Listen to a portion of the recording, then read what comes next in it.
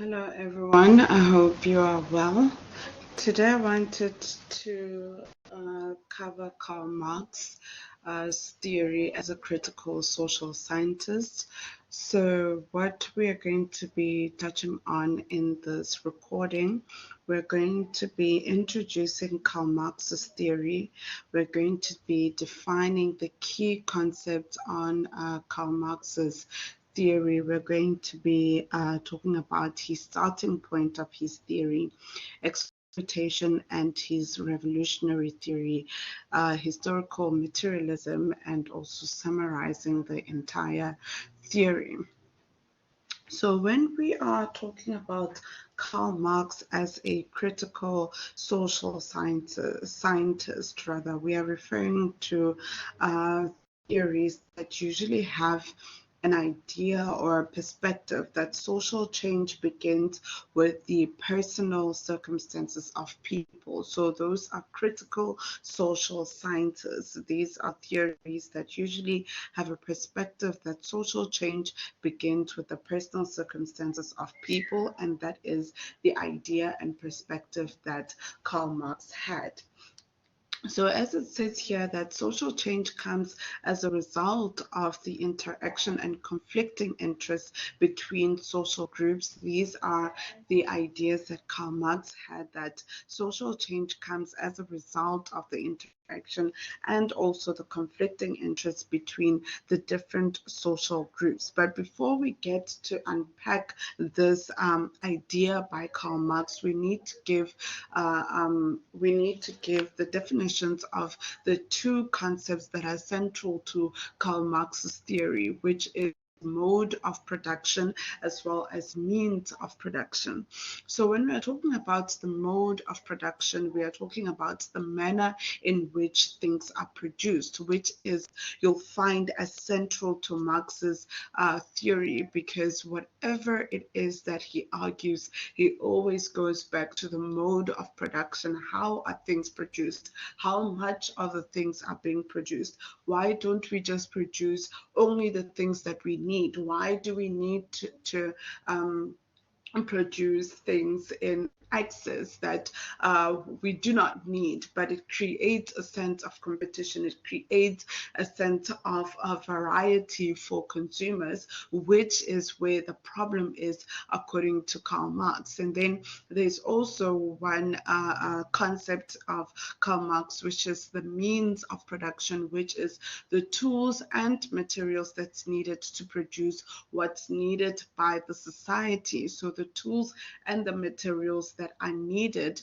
to produce what's needed by society. There are certain people who have the means of production and they continue to produce things in excess so that consumers can have an option of what they would like to buy, and that already creates a sense of a sense of competition with the people who are producing certain things, right? So for the starting point of Karl Marx's theory was on the basis of human needs. So do humans need? So according to him, he said that for humans to survive, they need to produce their material basic needs first. So we've got certain needs as human beings, and we do need to produce those. So the idea of Karl Marx's theory is, how do we go about producing these basic needs, right? Or these material basic needs. So Marx's focus was on the manner in which things were produced, and his focus of his theory was centered on the transition of societies from pre-industrial societies to industrial societies, where the superstructure, according to him, which is the law, politics, religion, education, and art, that is where it emerged. So the superstructure emerged when societies were transitioning from pre-industrial societies to industrial societies, where trade was also taking place then.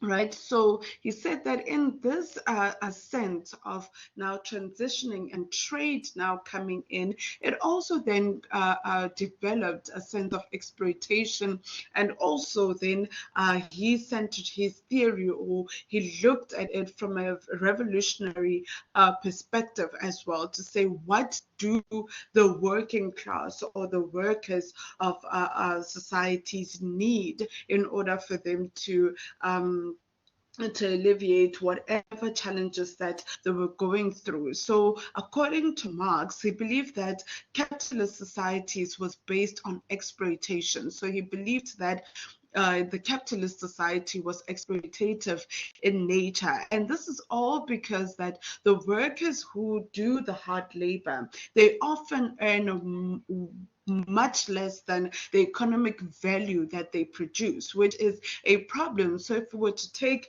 people who produce laptops, for example, thinking about how much they earn. So the company that has hired these people who are producing laptops will probably get much more than the workers who are doing the hard labor to produce the laptops. So that is the idea that Karl Marx had, to say that it is exploitative in nature, in that people who are doing the hard labor are working a lot of hours, probably pushing 12 hours, 18-hour days. But with that, they're getting far less than the economic value of what they have produced. So that is where Karl Marx had a problem with. And he said that that also continues to create a feeling of alienation. So he said when we're looking at alienation, he didn't look at it from a moral point of view. He instead looked at it from a technical point of view. And he said that workers could feel alienated in a number of ways. So the first way that he thought workers would feel alienated was in the sense that workers who do the hard labor have little to no control of the work they produced, which creates a feeling of alienation. So they have little to no control of the work that they produce. So what happens once the laptops, they have no control of, or say of what happens after whatever they produce is produced, right? That is the first point. The second point is workers had to compete with each other. So in that sense, it creates a feeling of alienation because you are pushed to the limit to do your work and do it to your absolute best. If you don't do it to your absolute best, there will always be someone else who comes in who can do the job twice as fast, twice as hard as well. So that already creates a feeling of alienation for workers as well. So they have no passion for the work that they produce anymore, because they have instilled the fear in them that if you don't do your work to your absolute best, there'll be someone who can do it for you. So then that's the second point of workers feeling alienated. The third point of workers feeling alienated is that workers were alienated from their own work, as they did not own their work. So even if they produced X amount of laptops, they still do not own the profits that come in. They still do not own the laptops that they have produced, also creating a feeling of alienation. The fourth way that workers were alienated, or rather felt the feeling of, or experienced the feeling of alienation, was that workers were alienated from themselves as individuals, as they were unable to realize their own potential. They were unable to move up the social ladder because they were exploited. They were earning far less than what they produced, and also in that they did not have the time nor the money to explore their own potential. So that continued to create a feeling of alienation as well. And so Marx believed that the more the society developed, we'd have one group who control the resources and the other group who do the hard labor. And this division brought about two opposing social classes, which also brought about conflicts because of the gap that exists between these two social classes. And this in itself brings brings about social change. So he continued to say that history is driven by a class struggle between the haves and the have-not, or rather the proletariats and the bourgeoisie. And with that being said, there's always going to be conflict between the two because they each realize and want to fight for their interests. Within their social class. So if we're talking about the bourgeoisie, they'll always fight and understand the interests of the bourgeoisie because that is what they, or the social class that they belong to. The proletariats will always fight for the interests of the proletariats, who are the working class, who are the lower class, if you were to put it in modern society. They'll always fight for their own they'll always fight for their own interests because of understanding the challenges that they faced as the proletariat or the lower class or the have-nots, right? So that is the idea of Karl Marx's theory on his starting point of his theory, as well as exploitation and revolutionary theory. And Karl Marx went on to, in his theory, you can clearly see which social class Karl Marx actually promotes, which is the working class, the lower class, or the proletariat. So however you choose to put it, he is against the bourgeoisie or the ones that control the means of production because they are the ones who do the exploiting of the lower class. So he actually continued to have many writings that would offer the lower class sort of an idea to revolutionize the whole system and start afresh with a system that will then vouch more for a communist society than a capitalist society. So Marx